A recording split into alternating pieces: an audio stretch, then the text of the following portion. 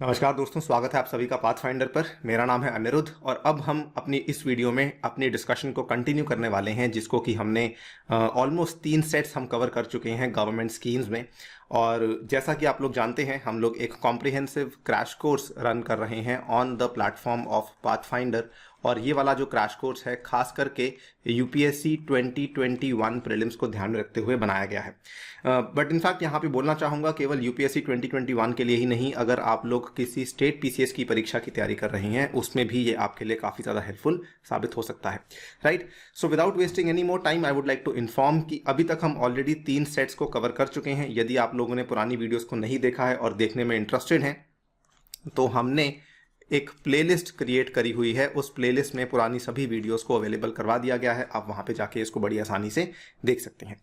इस particular set में, यानी कि सेट नंबर 4 में, मैं आपके साथ जो स्कीम्स कवर करने वाला हूं वो 3-4 मिनिस्ट्रीज को कवर करने वाले हैं। सबसे पहले तो हम बात करेंगे department of science and technology के बारे में।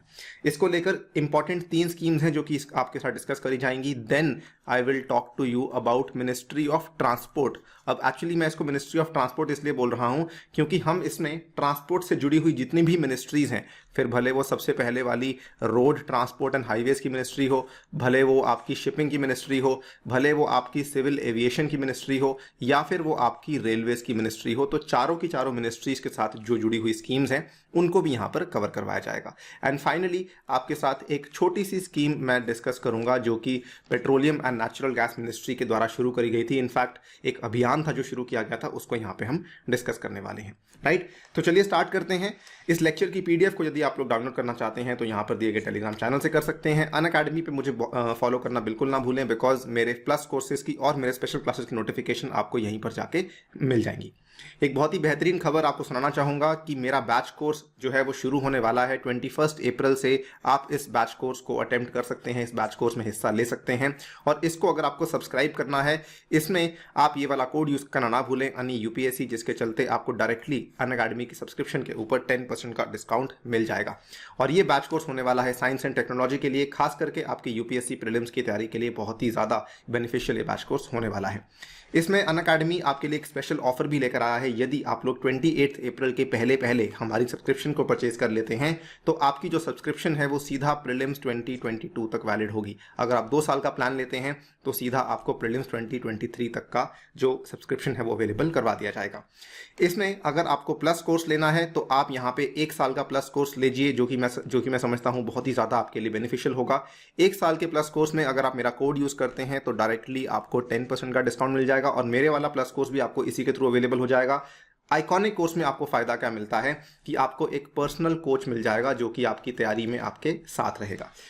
ऑप्शनल के केस में सेम चीज वैलिड है, मेरा कोड यूज करके आप डायरेक्टली 10% ऑफ ले सकते हैं। एंड ऑल्सो यहाँ पर एक स्पेशल ऑफर अनअकैडमी आपके लिए लेकर आया है जो केवल कल तक वैलिड है, जिसमें कि आपको 20 बुक्स मिल जाती हैं विद 1 ईयर सब्सक्रिप्शन, जो कि आपको फिजिकली शिप करवा दी जाएंगी। अन्य एग्जाम्स की तैयारी कर रहे हैं तब भी आप 10% डिस्काउंट ले सकते हैं। खास करके जो स्टेट पीसीएस के विद्यार्थी हैं वो लोग यहाँ पे 10% का डिस्काउंट ले सकते हैं। ये प्राइसेस आपको पे करने की आवश्यकता नहीं है, आप सीधा डिस्काउंटेड प्राइसेस को पे करेंगे, प्रोवाइडेड आप मेरा कोड यूज करते हैं अनी UPSC.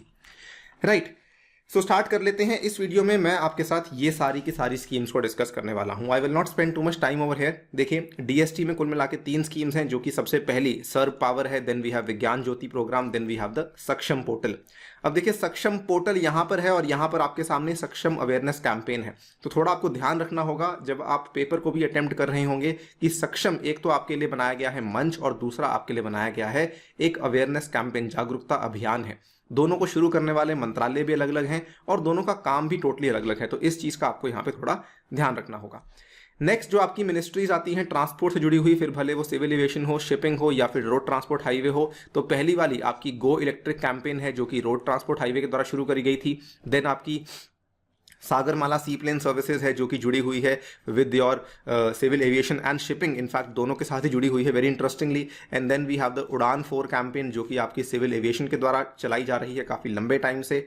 Multi modal logistics park, very much in news, very very important also. India का पहला MMLP शुरू कर दिया गया है। हरित पथ, जिसको लेकर मैं क्वेश्चन एक्सपेक्ट कर रहा हूं इस साल, वो वाली ऐप भी आपकी शुरू कर दी गई है। और किसान रेल, हमारी भारत की 100वीं किसान रेल को रिसेंटली फ्लैग ऑफ करवाया गया था हमारे माननीय प्रधानमंत्री श्री नरेंद्र मोदी जी के द्वारा। उसके बारे में बातचीत भी आपके साथ करी जाएगी। चलिए स्टार्ट करते हैं। I will try to keep the video very short because काफ़ी सारे बच्चे ये कह रहे हैं कि सर आप थोड़ा सा वीडियो को एक्सटेंड कर रहे हैं। तो ठीक है, हमने आपकी बात को सुन लिया है और इन चीज़ों को इनकॉर्पोरेट करते हुए we will be focusing only on the main things now. तो आपके सामने सबसे पहले है सर्व पावर। ठीक है, सर्व पावर जो बेसिकली आपकी स्कीम है, अक्टूबर 2020 में इसको लॉन्च किया गया था। साइंस एंड टेक्नोलॉजी के मिनिस्टर हैं हर्षवर्धन जी, उन्होंने इसको लॉन्च किया था। To cut it very very short, आप इस पर्टिकुलर बैनर को यहाँ पे ध्यान से देखिए। इसमें आपको केवल 2 चीज़ों का ध्यान रखना है। जो पहली चीज़ का आपको ध्यान रखना है वो है कि सर्व पावर के अंदर असल में 2 तरह की स्कीम्स शुरू करी गई हैं। पहली तो आपकी है फेलोशिप की स्कीम, दूसरी आपकी है बेसिकली रिसर्च ग्रांट्स। ये 2 चीज़ें शुरू करी गई हैं। किसके लिए शुरू करी गई हैं? इसका मकसद केवल इतना ही है कि हमारा जो R&D का क्षेत्र है ना, उसके अंदर हम ये चाहते हैं कि जो वुमेन साइंटिस्ट हैं, जो महिला वैज्ञानिक हैं, उनको भी अच्छी खासी अपॉर्चुनिटीज़ मिल सकें, उनको इक्वल एक्सेस मिल सके और उनको अच्छी खासी अपॉर्चुनिटीज़ मिल सकें, सो दैट हम हमारी महिलाओं को भी इस पर्टिकुलर क्षेत्र में आने का मौका दें। तो ये पूरी की पूरी आपकी सर्व पावर की स्कीम है, promoting opportunities for women in the exploratory research. बड़ी ही सिंपल सी स्कीम है। इसमें अब कई सारी डिटेल्स हैं जो कि आप यहाँ पे देख सकते हैं। पहला जो आपका है, scheme aims to encourage emerging as well as eminent women researchers. The scheme will promote women researchers through 2 categories. एक आपकी सर्व पावर फेलोशिप है, दूसरी आपकी सर्व पावर रिसर्च ग्रांट है। फेलोशिप में आपको क्या होगा, आपको 15,000 प्रति महीने का स्टाइपेंड मिला करेगा और रिसर्च ग्रांट में आपको 10 लाख प्रति साल का जो है ग्रांट दिया जाएगा आने वाले 3 साल के लिए। तो ऑब्वियसली इसमें पूरा का पूरा कंपटीशन होगा, जिसके चलते सिलेक्शन होगी कि किस किस को ये चीज़ दी जाएगी एंड फाइनली आपको ये चीज़ें जो अवेलेबल करवाती जाएंगी। मकसद क्या है? अगेन मकसद वही है कि महिला जो वैज्ञानिक हैं उनको हम प्रोत्साहित करें, उनको हम सामने लाएं, ताकि उनका भी जो काम है वो रिकॉग्नाइज हो सके। केवल इतनी ही बात आपको यहाँ पर ध्यान रखनी है। ये वाले नंबर्स वैसे नहीं पूछे जाते हैं यूपीएससी में, बट स्टिल थोड़ा बहुत अगर आइडिया लगा लेंगे कि किस टाइप के नंबर्स हैं तो थोड़ा आपको फायदा हो सकता है। ठीक है, नेक्स्ट विज्ञान ज्योति प्रोग्राम। ये काफ़ी यूनिक इनिशिएटिव है, इस साल लॉन्च किया गया था। और विज्ञान ज्योति प्रोग्राम इनफैक्ट पिछले साल लॉन्च किया गया था, 2020 की बात है। यहाँ पे आप देख सकते हैं कटिंग लगाई हुई है हमने, फरवरी 2021 की इनफैक्ट ये बात है, राइट। तो आई वॉज राइट, इसी साल लॉन्च किया गया था। असल में जो विज्ञान ज्योति प्रोग्राम था ना, पिछले साल ही कर दिया गया था, लेकिन इस साल इसको थोड़ा सा बढ़ा दिया गया है, यानी कि कुछ और जिले इसमें इंक्लूड कर लिए गए हैं। तो ये भी आपके DST के द्वारा शुरू किया गया है। और मकसद क्या है इसमें, जो है छोटी लड़कियों को हम चाहते हैं कि छोटी लड़कियों का जिनकी भी जो लोग रुचि रखते हैं साइंस, टेक्नोलॉजी, इंजीनियरिंग और मैथमेटिक्स में, हम उनको प्रमोट करना चाहते हैं कि जो 9th से लेकर 12th कक्षा तक में पढ़ने वाली छोटी लड़कियां हैं वो साइंस, टेक्नोलॉजी, इंजीनियरिंग और मैथमेटिक्स में अपनी हायर एजुकेशन को भी आगे जाके कर सकें। अक्सर क्या होता है कि नॉर्मली लड़कियों को इंटरेस्ट तो काफ़ी रहता है 9th, 10th, 11th, 12th में, लेकिन वो अपनी हायर एजुकेशन में उसको जाके परस्यू नहीं कर पाती हैं। तो इस केस में ये विज्ञान ज्योति प्रोग्राम जो है ये पर्टिकुलरली गर्ल्स के लिए लाया गया है, सो दैट वो इस चीज़ को अपनी हायर एजुकेशन में भी जाके परस्यू कर सकें। प्रोग्राम के अंतर्गत क्या होगा, कई सारे ऑनलाइन लेक्चर्स लिए जाएंगे, अप्रॉक्सीमेटली 550 ऑनलाइन लेक्चर्स, 150 टॉक्स होंगी by noted scientist, science camps लगाए जाएंगे, विजिट्स होंगी टू लेबोरेटरीज एंड इंडस्ट्रीज, ये सब चीज़ें प्रोग्राम करवाएगा। इनफैक्ट केवल इतना ही नहीं, इसमें जो सबसे बड़ी प्रॉब्लम है मैं कहूँगा हमारे समाज की है कहीं ना कहीं, क्योंकि अक्सर लड़कियों को हायर एजुकेशन के लिए प्रोत्साहित नहीं किया जाता है। और इस चीज़ को यहाँ पर, इस लूप होल को प्लग इन करने के लिए इस प्रोग्राम के तहत काउंसलिंग सेशन करवाए जाएंगे for the parents as well. तो उनको भी काउंसिल करवाया जाएगा कि आपको जो है ये पर्टिकुलर जनरेशन गैप को ब्रिज करना है और आपको अपनी बेटियों को भी आगे बढ़वाना है। तो ये विज्ञान ज्योति प्रोग्राम है जो कि लॉन्च किया गया है। पहले फेज में इसमें जो हमारे भारत में सेटअप किए गए जवाहर नवोदय विद्यालय हैं, उस पर्टिकुलर फेजेज में ये स्कीम चल रही है in 58 districts and it was open to class 11 students only. लेकिन अब जो है ये वाली आपकी जो स्कीम है ये और भी एक्सटेंड कर दी गई है। इसमें हमारा जो मकसद है वो मकसद अल्टीमेटली ये है कि हम भारत में कम से कम 10,000 स्कूल गर्ल्स को रीच आउट करना चाहते हैं and we also want to go to an additional 50 districts. तो धीरे धीरे चीज़ें बढ़ रही हैं एंड यही उम्मीद करेंगे कि जो भारत की सभी 700+ डिस्ट्रिक्ट्स हैं वहाँ पर ये स्कीम पहुँच सके। Next is Saksham portal and seaweed cultivation mission. अब एक्चुअली क्या हुआ था ना कि ये दोनों स्कीम्स को साथ में शुरू किया गया था, बट ये दोनों स्कीम्स को साथ में शुरू तो किया गया था बट इनका असल में आपस में कोई लेना देना नहीं है। पहले वाला अच्छा, ऑल्सो अनदर रीजन कि हम इसको साथ में डिस्कस कर क्यों रहे हैं। फिर हुआ क्या था कि फरवरी 2021 की बात है, टिफैक के नाम से एक काउंसिल है, एक परिषद है, जिसकी फुल फॉर्म है technology information forecasting and assessment council. ये बेसिकली काम करता है डीएसटी के ही अंडर, ठीक है, department of science and technology के अंतर्गत काम करता है और नई दिल्ली में इसका हेडक्वार्टर लोकेटेड है। इसने इन दोनों पहलों को एक साथ जो है अनवेल किया था। जो पहली वाली आपकी चीज़ है that is Saksham portal, technology Saksham portal, and दूसरी आपकी है सीवीड कल्टीवेशन मिशन। तो अगेन, क्योंकि इवन दो दोनों का कोई लेना देना नहीं है, the reason we are discussing them together is because इनको लॉन्च साथ में किया गया था और सेम काउंसिल के द्वारा इनको लॉन्च किया गया था। आप यहाँ पे देख भी सकते हैं, February 16, 2021 की ये खबर है। सक्षम पोर्टल क्या चीज़ है? सक्षम पोर्टल इनफैक्ट काफ़ी बेहतरीन चीज़ है। इसको लेके सवाल नहीं आएगा तो कहीं ना कहीं आपसे इंटरव्यू में कुछ ना कुछ पूछा जा सकता है आगे जाकर। ये काफ़ी इंटरेस्टिंग चीज़ है। इसकी एक फुल फॉर्म है, इनफैक्ट जो हम सक्षम बाद में बात करेंगे उसकी भी फुल फॉर्म है, लेकिन ये वाले सक्षम की भी फुल फॉर्म है। तो ये भी अपने आप में कला है कि हर एक्रोनिम की एक फुल फॉर्म बनानी, राइट। श्रमिक शक्ति मंच, ठीक है, तो श्रमिक शक्ति मंच, इस तरीके से इसकी फुल फॉर्म बनाई गई है। ये एक डायनामिक पोर्टल है for jobs mapping the skills of श्रमिक्स vis requirement of MSMEs and other industries. तो बेसिकली क्या होता है, देखिए, आपके लेबरर्स हैं, ठीक है, एक तरफ आपके लेबरर्स हैं और दूसरी तरफ आपकी इंडस्ट्रीज हैं। अब दोनों चीज़ों की अपनी अपनी डिमांड और सप्लाई है, ठीक है। अब लेबरर्स को क्या चाहिए? जॉब चाहिए, और इनको क्या चाहिए? इनको लेबरर चाहिए, लेकिन ये दोनों एक दूसरे से मिल नहीं पाते हैं। तो इन दोनों को मिलवाने के लिए ये वाला पोर्टल बनाया गया है और ये एक डायनेमिक पोर्टल है, ठीक है। ये लोग अपनी रिक्वायरमेंट यहाँ पे बता सकते हैं और ये लोग अपनी रिक्वायरमेंट यहाँ पे जाके देख सकते हैं, उसके अकॉर्डिंग ये लोग जॉब ले सकते हैं।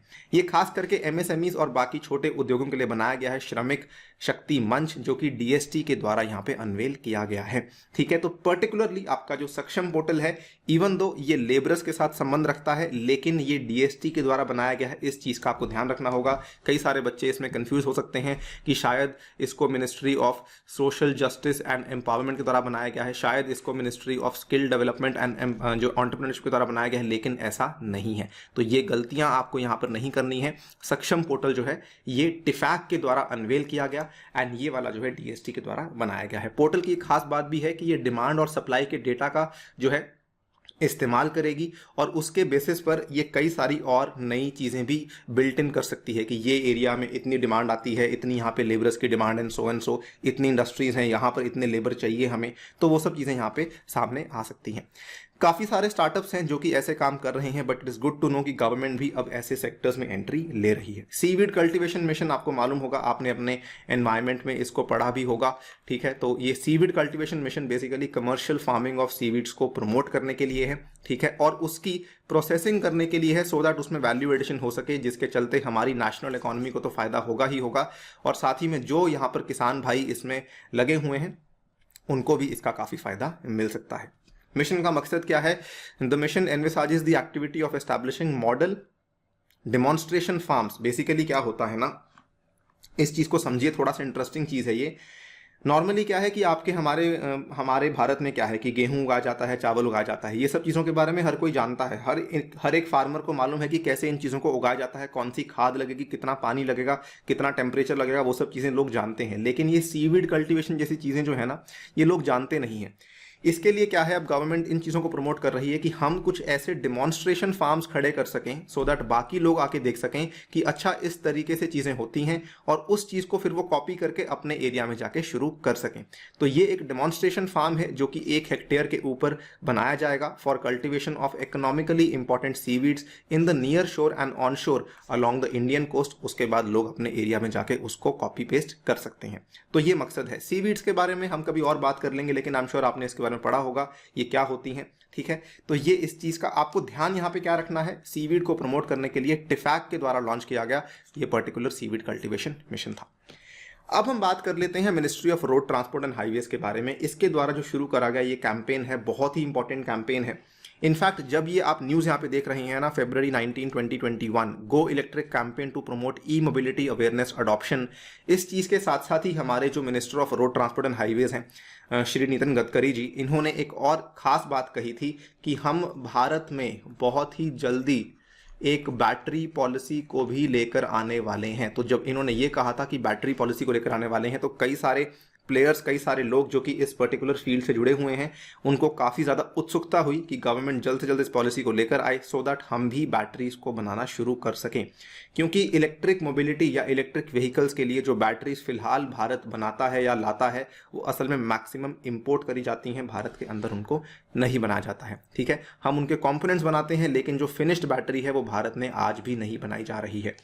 खैर, ये वाली जो गो इलेक्ट्रिक कैंपेन थी फरवरी 19 2021 को लॉन्च करी गई थी। मकसद क्या है? बेसिकली इस कैंपेन में हमें जागरूकता फैलानी है about the benefits of E mobility and electric vehicles charging infrastructure in India. और इसके चलते जो मिनिस्ट्री ऑफ पावर के तहत काम करने वाला हमारा ब्यूरो ऑफ एनर्जी एफिशिएंसी है, इसको मैंडेट दी गई है कि आपको एक अवेयरनेस ड्राइव चलानी है for promoting public charging E mobility and it's ecosystem. Again इस पर्टिकुलर सेक्टर में कई सारे स्टार्टअप्स हैं जो कि अच्छा काम कर रहे हैं, but it is high time कि गवर्नमेंट भी इसमें इंटरेस्ट लेना शुरू करे। और as you can see government इसमें काफ़ी अच्छे तरीके से रुचि दिखा भी रही है, और आगे जाके इट इज़ हाईली प्रोबेबल कि इलेक्ट्रिक व्हीकल्स की हमारी जो इंडिया में अडॉप्शन है वो काफ़ी तेज़ी से बढ़ सकती है।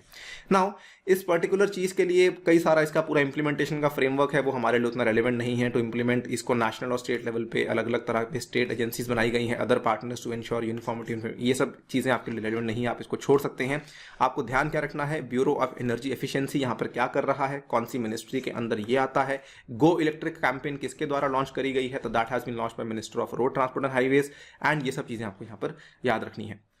Next, this is very very important, Sagarmala sea plane services project. अब एक्चुअली क्या है ना कि इस साल जो ट्रांसपोर्टेशन को लेकर काफ़ी सारी नई नई चीज़ें हुई हैं, और ये ऐसी चीज़ें हुई हैं जो कि भारत पहली बार देख रहा है। In fact I would like to go back, मैं एक चीज़ बोलना चाहूँगा, इसके साथ हमारा एक और मिशन जुड़ा हुआ है दोस्तों, जो कि असल में ना तो रोड ट्रांसपोर्ट की मिनिस्ट्री करती है और ना ही हमारी जो ये वाली मिनिस्ट्री ऑफ पावर करती है। ये है फेम मिशन, जिसका कि 2.0 भी आपको देखने को मिला था। तो फेम मिशन जो है ये हमारी मिनिस्ट्री ऑफ हैवी इंडस्ट्रीज के द्वारा चलाया जाता है, और इसको लेकर गवर्नमेंट अब काफ़ी ज़्यादा सीरियस है। तो फेम मिशन जो कि हमने बहुत पहले शुरू किया था, उसको हम और बढ़ाने की बातचीत भी चल रही है। फेम 2.0 भी ख़त्म हो चुका है और अब शायद फेम 3.0 भी आ सकता है, जिसके चलते भारत में हम इलेक्ट्रिक मोबिलिटी या इलेक्ट्रिक व्हीकल्स को और प्रमोट कर सकते हैं। इनफैक्ट भारत में आपको बोलना चाहूँगा, नेशनल इलेक्ट्रिक मोबिलिटी की कोई पॉलिसी भी थी, मुझे उसका पूरा नाम याद नहीं आ रहा, national electric vehicles and electric mobility की पॉलिसी थी, तो उस चीज़ को भी आगे जाके हम फिर से पिकअप कर सकते हैं। तो ये सारी की सारी चीज़ें कहीं ना कहीं इलेक्ट्रिक व्हीकल्स के साथ जुड़ी हुई हैं, जो कि आपको मालूम होनी चाहिए। Next is Sagarmala sea plane services project. तो इसमें क्या है कि ministry of ports, shipping and waterways is initiating the process. इस प्लीज मिनिस्ट्री का नाम याद रखिए कि इसमें आप कंफ्यूज ना हो जाएं कि ये सी प्लेन सर्विसेज हैं तो कहीं इसको मिनिस्ट्री ऑफ सिविल एविएशन तो नहीं कर रही। इस चीज़ को सिविल एविएशन नहीं कर रही है, ministry of ports, shipping and waterways ये काम कर रही है, और सी प्लेन सर्विसेज को ऑलरेडी शुरू भी कर दिया गया था। हालांकि कुछ टाइम के बाद इसको बंद कर दिया गया था, और भारत की अपनी ही जो एक प्राइवेट कंपनी है जो कि एरोप्लेन भी चलाती है, जिसका नाम है स्पाइस जेट, ये इस कंपनी को कॉन्ट्रैक्ट भी दिया गया था कि आप इस पर्टिकुलर सी प्लेन सेवाओं को शुरू कीजिए, और इन्होंने शुरू भी किया था। गुजरात में जहाँ पर हमारा स्टैचू ऑफ यूनिटी है, वहाँ पर तक ये वाला सी प्लेन चल रहा था, but due to some problem उसको एक बार के लिए बंद किया गया था, जिसको कि दोबारा आई थिंक अब रिज्यूम कर लिया गया है। यहाँ पर कई सारे लोकेशंस पर इस चीज़ को चलाने की बातचीत चल रही है। इंपॉर्टेंट टू नोट यहाँ पर क्या है ना कि जो सी प्लेन सर्विसेज हैं ये सरकार खुद नहीं चला रही है। इसको ध्यान से देखिए कि this will be done under a special purpose vehicle framework through prospective airline operators, जो भारत में ऑलरेडी एयरलाइन चलाते हैं, जैसे स्पाइस जेट हुआ, गो एयर हुआ, विस्तारा हुआ, ये सब आपने नाम सुने होंगे। तो ये एयरलाइन ऑपरेटर्स हैं।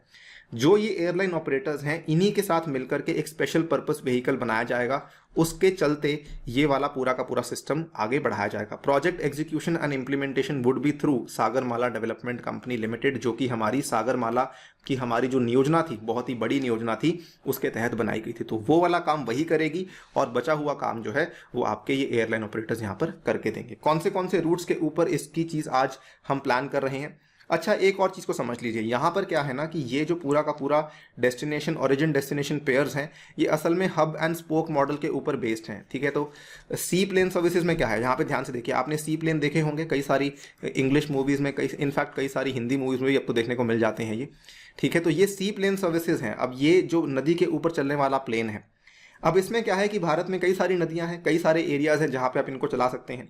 लेकिन यहाँ पर क्या किया है गवर्नमेंट ने, कुछ हब बनाए हैं और कुछ उसकी स्पोक्स बनाई हैं, यानी कि एक मेन हब रहेगा और उसके बाद उसकी कई सारी स्पोक्स बनाई गई हैं। यानी कि ऐसा नहीं होगा कि एक हब से आप केवल एक ही जगह जा पाएंगे, एक हब से आप मल्टीपल एरियाज में जा पाएंगे।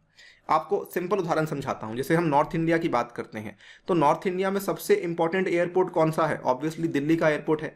अब कुछ लोग मान लीजिए वो थोड़ा सा दूर रहते हैं, मान लीजिए वो लोग रहते हैं कहीं गाजियाबाद में, या फिर मान लीजिए वो लोग कहीं रहते हैं कहीं गुड़गांव में, तो ये थोड़े से एरिया जो तो खैर पास पास के एरिया से हम थोड़ी और की बात कर लेते हैं। मान लीजिए कोई इंसान रोहतक में रहता है, ठीक है, मान लीजिए कोई इंसान सोनीपत में रहता है, या फिर मान लीजिए कोई इंसान पंजाब का कोई इलाका लुधियाना में रहता है। तो इन सब एरियाज में मान लो आपको कहाँ पे जाना पड़ेगा? आपको ऑब्वियसली दिल्ली जाना पड़ेगा। ऐसा तो है नहीं कि एरोप्लेन या आपका जो एयरपोर्ट है वो आपके घर के पास होना जरूरी है। तो ये दिल्ली एक तरह का हब है। इसके बाद क्या है, आगे दिल्ली अलग अलग एरिया से कनेक्ट करता है, तो दिल्ली से फ्लाइट अलग अलग एरियाज को जाती है, फिर भले वो चेन्नई हो, फिर भले मुंबई हो, फिर भले कलकत्ता हो, ऐसे अलग अलग एरियाज में वो आपकी फ्लाइट जाती है। सिमिलरली यहाँ पर भी हब और स्पोक मॉडल बनाया गया है। तो इसमें कई सारे आइलैंड्स जो आपके अंडमान और निकोबार के द्वीप हैं, जो आपका लक्षद्वीप है, उसको भी कवर किया गया है। उसके बाद गुवाहाटी का रिवर फ्रंट बनाया गया है, एक तरीके का हब, और साथ में वहाँ पे कई सारे एरियाज को कनेक्ट किया जाएगा। फिर उमरांगसो रिजर्वायर जो कि असम और मेघालय के बॉर्डर पे आता है, उमरांगसो का रिजर्वायर जिसके ऊपर एक बांध भी बनाया गया है, उसको भी इसमें इंक्लूड किया गया है। अब यमुना का रिवर फ्रंट है इसमें, या फिर आप ऐसा मान लीजिए कि दिल्ली है, इसको हब बनाया गया है। इस हब से कहां कहां तक सी प्लेन सर्विसेज चलाई जाएंगी? अयोध्या तक, टेहरी जो कि उत्तराखंड में है, श्रीनगर, उत्तराखंड वाले श्रीनगर की बात हो रही है, फिर चंडीगढ़ तक भी चलाई जाएंगी, और कई सारी और ऐसी टूरिस्ट प्लेसेस हैं जो कि पंजाब में और हिमाचल में स्थित हैं। फिर मुंबई को हब बनाते हुए शिरडी, लोनावला और यहाँ पर गणपतिपुले। अब देखिए शिरडी काफी दूर है मुंबई से, ठीक है, लेकिन फिर भी जो शिरडी के लिए हब किसको बनाया गया है? मुंबई को बनाया गया है। सूरत को हब बनाया गया है द्वारका के लिए, मांडवी और कांडला के लिए। सिमिलरली यहाँ पर आपका खिंडसी डैम, नागपुर, इराई डैम, चंद्रापुर महाराष्ट्र में कई सारे ऐसे हब्स बनाए गए हैं। ये वाला मैप आप यहाँ पे देख सकते हैं। इट इज़ हाईली अनप्रॉबेबल कि इसको लेकर डायरेक्टली सवाल आएगा कि भाई कौन सा हब कहाँ पर है, बट हाँ आपको आइडिया होना चाहिए कि इस चीज़ की हमें एक इकोनॉमिक्स ऑफ स्केल डेवलप करनी है, तो उसको हम किस तरीके से आगे बढ़ा रहे हैं, थोड़ा बहुत आपको कॉन्सेप्चुअल क्लैरिटी होनी जरूरी है। ठीक है, इस मैप को 2-3 बार देख लीजिए, आपको थोड़ी बहुत चीज़ें याद होंगी, नहीं भी होंगी, इट्स टोटली फाइन, चिंता करने की बिल्कुल आवश्यकता नहीं है। नेक्स्ट इज उड़ान 4। तो उड़ान क्या है? उड़ान आपको मालूम होगा एक रीजनल एयरपोर्ट डेवलपमेंट स्कीम है जो कि आज से 4-5 साल पहले शुरू करी गई थी। 2016 में इसको लॉन्च किया गया था। मकसद क्या था कि हम रीजनल और रिमोट एरियाज में फ्लाइट कनेक्टिविटी को बढ़ाना चाहते हैं। केवल इतना ही नहीं, हम फ्लाइट जर्नीज को अफोर्डेबल करना चाहते हैं। फॉर एग्जाम्पल आपको उदाहरण दूं अगेन, तो जैसे अभी हम बात कर रहे थे कि दिल्ली है, ठीक है, तो दिल्ली से किसी इंसान को मुंबई जाना है, तो दिल्ली से मुंबई जाने का तो उसके पास सीधा सीधा फ्लाइट जाती है। लेकिन मान लीजिए कोई इंसान आता है हिसार से उसको जाना है मुंबई, तो पहले वो क्या करता था, हिसार से ही used to go to Delhi by car या बाय ट्रेन, ठीक है, या बाय बस, और उसके बाद दिल्ली से मुंबई की फ्लाइट पकड़ता था। लेकिन सरकार ने कहा जी नहीं, हम ये चाहते हैं कि वो हिसार से दिल्ली भी एरोप्लेन पर ही जाए। तो हिसार के अंदर, हिसार जो है वो उड़ान स्कीम के अंदर फॉल करता है। ऐसे कई सारे एरियाज हैं जो कि उड़ान स्कीम के अंदर फॉल करते हैं, और ये बेसिक मकसद था। और केवल इतना ही नहीं, सरकार ने ये भी कह दिया था कि हिसार से दिल्ली की जो फ्लाइट है ना, इसके प्राइस के ऊपर कैपिंग लगाई जाएगी। यानी कि ऐसा नहीं कि जितना चाहें फ्लाइट्स उतना चार्ज कर सकती हैं, एक मैक्सिमम लिमिट होगी जितना की फ्लाइट्स यहाँ पे चार्ज कर पाएंगी। तो ये चीज़ थी कि एक तो आपको कनेक्टिविटी को इंक्रीज करना है, दूसरा आपको जो है फ्लाइट जर्नीज को अफोर्डेबल भी बनाना है। तो इसी स्कीम में कई सारे फाइनेंशियल इंसेंटिव्स भी दिए गए by the central government to selected airlines. Even state government ने भी इस पर्टिकुलर स्कीम के लिए काफ़ी फाइनेंशियल इंसेंटिव्स दिए, और एयरपोर्ट ऑपरेटर्स को भी इंसेंटिव दिए गए थे सो दैट उनके जो फ्लाइट फेयर्स हैं वो काफ़ी अफोर्डेबल रह सके। अब हुआ क्या था, ये थोड़ा मिसप्रिंटिंग हो गया। अगस्त 2020 की बात है, सिविल एविएशन की जो हमारी मिनिस्ट्री है उन्होंने अनाउंस किया था कि 78 नए फ्लाइट रूट्स हम चालू करने वाले हैं अंडर द उड़ान 4.0। तो उड़ान के 3 चरण ऑलरेडी हम पूरे कर चुके हैं। पहले चरण जो है अप्रैल 2017 में था, दूसरा चरण दिसंबर 2017 में था, तीसरा चरण हमारा जनवरी 2019 में था, और चौथा चरण जो है वो आपका अब शुरू कर दिया गया है अगस्त 2020 में। लेकिन चौथे चरण की खास बात क्या है कि अब हम नॉर्थ ईस्ट इंडिया में आ चुके हैं, उत्तर पूर्वी भारत में आ चुके हैं, जिसमें कि हम कनेक्ट करने वाले हैं गुवाहाटी को विद वेरियस अलग अलग एरियाज। तेजू हुआ, तेजपुर हुआ, रूपसी, मीसा, पासीघाट, शिलोंग, इनके साथ हम इन चीज़ों को कनेक्ट करने वाले हैं।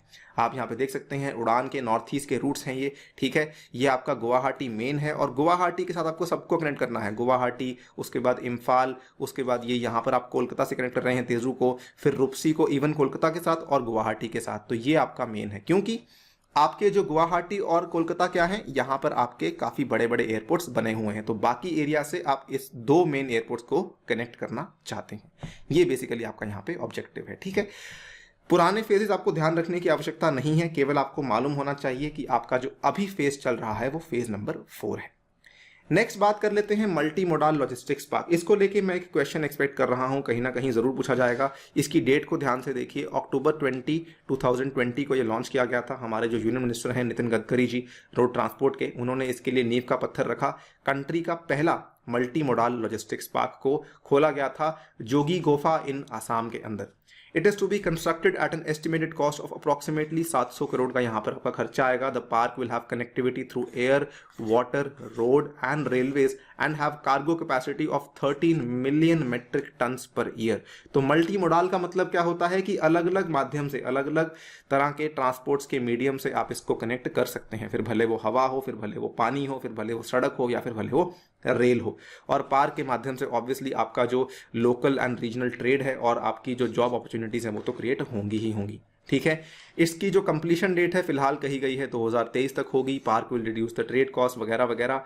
इंपॉर्टेंट टू नोट ये है कि सरकार आगे जाके 35 MMLPs को कंस्ट्रक्ट करने वाली है, और जो पहले वाला है ये ऑलरेडी अब आसाम में इसके लिए अनुमति दे दी गई है। इसका फाउंडेशन स्टोन लेकर दिया गया है, तो अनुमति तो मिल ही गई है।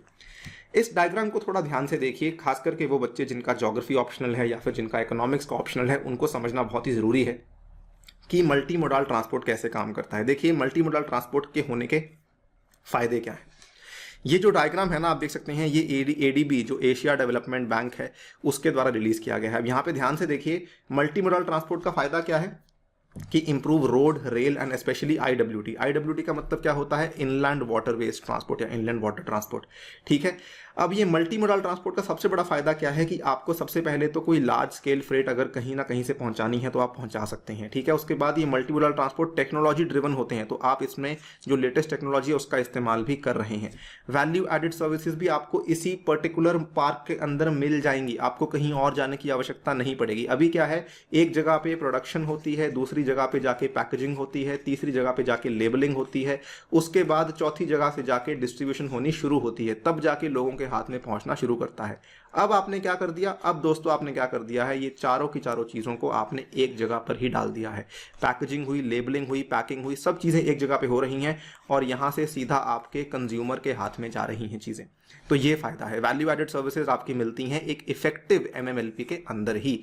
Integrated solution, one stop shop for all services, ठीक है। वेयर हाउसिंग भी यहीं पर होगी, कस्टम क्लियरेंस भी यहीं पर होगी, टर्मिनल भी यहीं पर होगा, सब कुछ यहीं पर बनाया जाएगा, आपको कहीं और जाने की आवश्यकता नहीं पड़ेगी। ऐसा मान लीजिए एक तरह का SEZ है, लेकिन चीजें जो है इसके माध्यम से केवल भारत के अंदर आ रही हैं।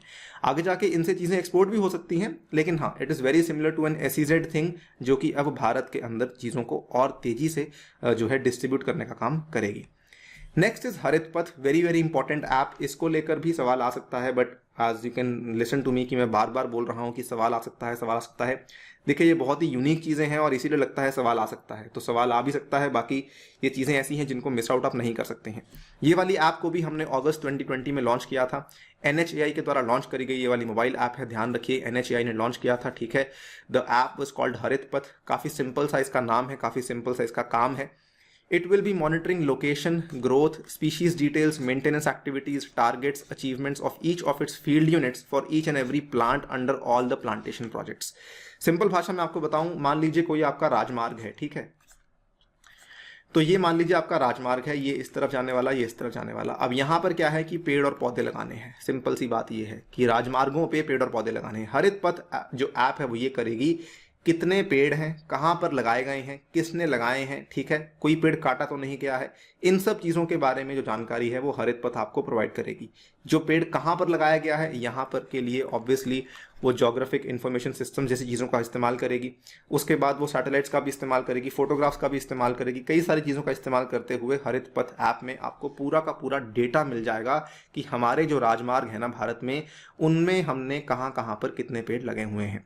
तो ये क्या करेगी, आपकी ट्रैक करेगी ग्रोथ को and health of the plants. Photographs along with the data of the plants captured using हरित पथ shall be uploaded every 3 months on NHAI's AI powered big data analytics platform data lake. इसके अंदर जो है आपका पूरा का पूरा ये डेटा अपडेट होता रहेगा। बात क्लियर है? ये काम है हरित पथ का। और इसमें इस चीज़ को भी कह दिया गया है, थोड़ा सा वैसे ये स्ट्रिक्ट है काम, इसमें ये कह दिया गया है कि जिन कॉन्ट्रैक्टर्स को यहाँ पर कॉन्ट्रैक्ट दिया जाएगा कि आपको पेड़ पौधे लगाने हैं, जब तक वो नहीं लगाएंगे, जब तक हरित पथ ऐप में वो अपडेट नहीं हो जाएंगी, तब तक आपको जो है पेमेंट्स नहीं प्रोवाइड करवाई जाएंगी। तो दिस इज समथिंग जो कि हरित पथ ऐप कर रही है, as simple as that. Next is 100th Kisan rail of India. तो ये दिसंबर 28, 2020 को फ्लैग ऑफ करी गई थी हमारे माननीय प्रधानमंत्री श्री नरेंद्र मोदी जी के द्वारा।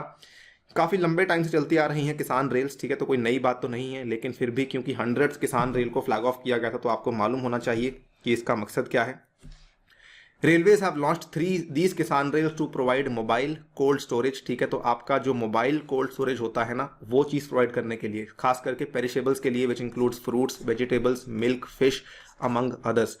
ये वाली जो ट्रेन थी ये कहाँ से स्टार्ट कर रही थी? Sangola in Maharashtra and culminating in Shalimar in West Bengal. होता क्या है, बड़ी सिंपल चीज़ को समझिए, बड़ा सिंपल सा काम है। देखिए, मान लीजिए आपका कोई किसान है, ठीक है, आपका किसान है, यहाँ पर वो खेती करता है, तो उसने अपने खेत में कुछ चीज़ों को उगा लिया, ठीक है जी, उसने अपने खेत में कुछ चीज़ों को उगा लिया, लेकिन इन चीज़ों की जो मार्केट है ना, वो किसान के घर के आसपास नहीं है, किसान के घर से काफ़ी दूर है, और ये चीज़ें पेरिशेबल है, यानी कि कुछ समय के बाद ही खराब हो जाएंगी। तो अब इस किसान ये चाहता है कि जी इसकी जो मार्केट जहाँ पर है वहाँ पर इस चीज़ को पहुँचाया जाए ताकि उसको इसका सही दाम मिल जाए। अब ये काम कौन करेगा? ये काम आपकी करेगी रेलवेज। तो रेलवेज ने यहाँ से सामान को भिजवाया यहाँ तक, लेकिन रेलवेज इस सामान को जो कि खराब हो सकता है इसको बचाएगी कैसे? ये जो है यहाँ पर बना हुआ है कोल्ड स्टोरेज। तो इस रेलवेज के अंदर बना हुआ है कोल्ड स्टोरेज, जिसको हम किसान रेल बोल रहे हैं। और ये वाली जो 100वीं किसान रेल थी, महाराष्ट्र के संगोला में शुरू होते हुए वेस्ट बंगाल के शालीमार तक गई थी, और इसने लगभग 2132 किलोमीटर का रास्ता तय किया था। और ये वाली जो रेल थी इसलिए चर्चा में थी बिकॉज ये 100वीं किसान रेल थी। इसका काफ़ी फ़ायदा है, ऑब्वियसली जो किसान भाई हैं उनको काफ़ी फ़ायदा मिल जाता है, जो प्रोड्यूस पेरिशेबल होता है उसका भी फ़ायदा उनको मिलता है कि वो जो चीज़ें हैं उनकी बच जाती हैं और उनको उसका अच्छा दाम मिल जाता है, right. Next and the last thing जिसमें कि हम बात करने वाले हैं सक्षम अवेयरनेस कैंपेन के बारे में। तो ये हमारी जो मिनिस्ट्री ऑफ नेचुरल गैस है ना, ministry of petroleum and natural gas, इसके द्वारा लॉन्च करी गई थी जनवरी 2021 में ये वाला अवेयरनेस कैंपेन। काफ़ी सिंपल सा अवेयरनेस कैंपेन है बेसिकली। अगेन ध्यान रखिए, ये भी एक तरीके से एक एक्रोनिम है। सक्षम की फुल फॉर्म क्या है? संरक्षण क्षमता महोत्सव, ठीक है। तो संरक्षण क्षमता महोत्सव, ये हिंदी वाला जो एक्रोनिम बनाया गया है, इसका मकसद क्या है कि हम लोगों के अंदर ये जागरूकता फैलाना चाहते हैं कि आप किस तरीके से आपका जो कार्बन फुटप्रिंट बढ़ रहा है उसके क्या क्या खराब नुकसान हो सकते हैं, हेल्थ और एनवायरमेंटल इम्पैक्ट उसके क्या क्या हो सकते हैं, ये लोगों में जागरूकता फैलानी इंपॉर्टेंट है। So aim is to create awareness among the consumers of the fossil fuels by highlighting the adverse health and environmental impact of increasing carbon footprint. जो इनिशिएटिव है, ऐसा नहीं कि सक्षम पहली बार शुरू किया गया है, पहले भी सक्षम को शुरू किया गया था, तब भी इसमें यही मिनिस्ट्री इन्वॉल्व थी, लेकिन तब जो ये इनिशिएटिव था ये बेसिकली कवर कर रहा था स्कूल चिल्ड्रन को। तो पिछले साल की बात है जब 1.48 करोड़ स्कूल चिल्ड्रन तक ये पहुंचाया गया था सक्षम, और उस टाइम पर बेसिकली मकसद ये था कि these youngsters disseminated the important message of fuel conservation, energy efficiency and environment protection, ठीक है। तो दिस इनिशिएटिव का फायदा क्या होगा? आगे जाके हमारे भारत में फ्यूल कंजम्पशन कम हो सकता है और हम एनर्जी एफिशिएंसी के अच्छे रास्तों की तरफ बढ़ सकते हैं। डेट को थोड़ा देख सकते हैं, इसी साल लॉन्च किया गया है, तो you can get a brief idea कि बेसिकली क्या इसका मकसद है। इसी के साथ वीडियो को यहाँ पे करता हूँ समाप्त। Thank you for listening, stay tuned and stay safe.